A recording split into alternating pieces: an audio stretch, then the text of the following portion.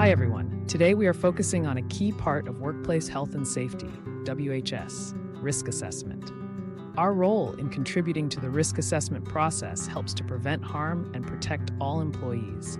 We'll cover several critical points: identifying who is at risk, applying risk assessment tools and techniques, documenting the results of our assessments, communicating these outcomes effectively to all stakeholders. The first step in any WHS risk assessment is identifying who may be at risk. This includes all individuals or groups exposed to workplace hazards. Who are these individuals? Workers and employees. These are the primary individuals at risk, especially those working in hazardous environments like construction sites, manufacturing plants, or laboratories. Contractors and visitors, even temporary workers and visitors to the site, must be considered in the risk assessment process. Their unfamiliarity with the environment can put them at greater risk.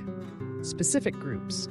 Some groups may be more vulnerable, such as pregnant workers, young workers, or those with pre-existing health conditions.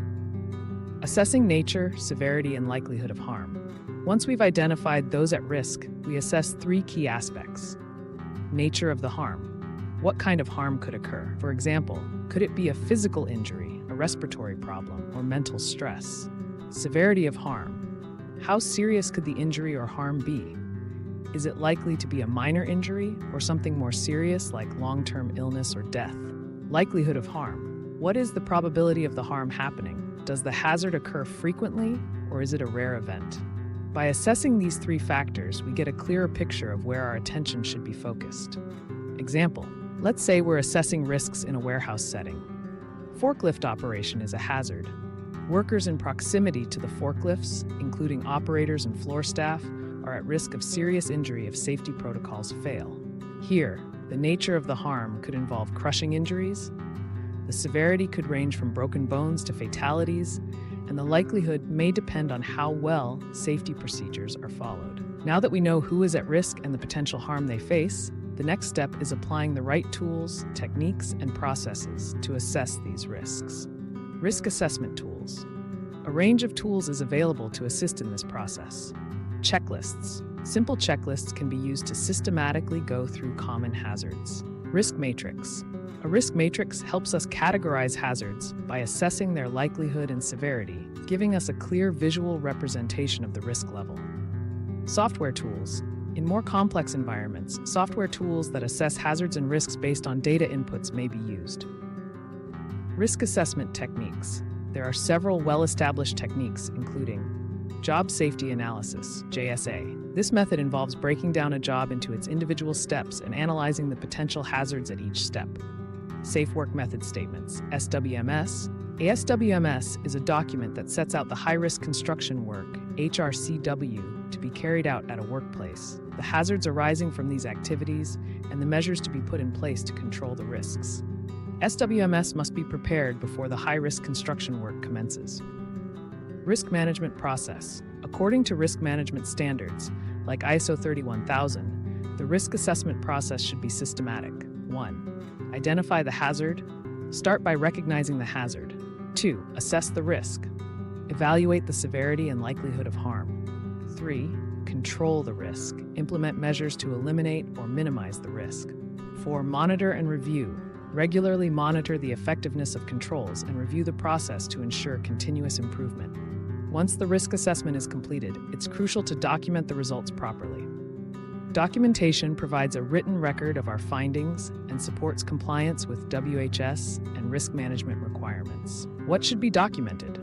Every part of the risk assessment process needs to be recorded, including the identified hazards and their associated risks, the individuals at risk, including employees, contractors, or specific vulnerable groups, the tools and techniques used for the risk assessment, e.g. JSA, risk matrix, software tools, risk levels and potential controls for each identified hazard, actions taken to mitigate or eliminate the risks. Why documentation is essential? It ensures transparency in how risks are managed. It provides evidence of compliance with WHS regulations. It enables tracking of risk trends over time, helping the company to take preemptive actions against emerging hazards. Example: after assessing a warehouse for risks associated with forklift operations, the documentation should include the hazard, forklift collisions, the individuals at risk, operators and nearby workers, the likelihood and severity of an incident, and the control measures in place, such as driver training, visual aids, and designated pedestrian zones. After completing and documenting the risk assessment, it's important to communicate the findings to everyone involved. This ensures that everyone is aware of the risks and knows how to mitigate them. Who needs to know? Workers and contractors. They need to understand the risks they face and the safety measures that are in place.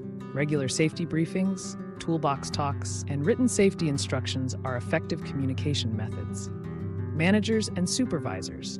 Management must be informed of risks so they can allocate resources for mitigation, enforce safety protocols, and ensure that the work environment complies with WHS standards.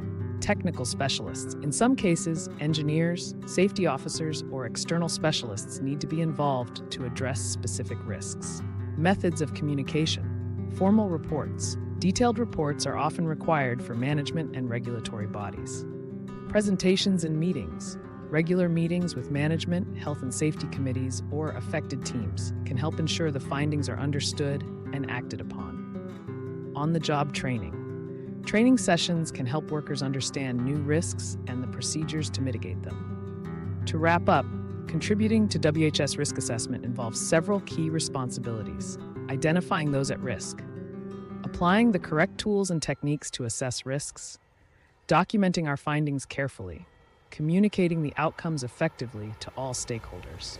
By following these steps, we play a crucial role in creating a safer and healthier workplace for everyone.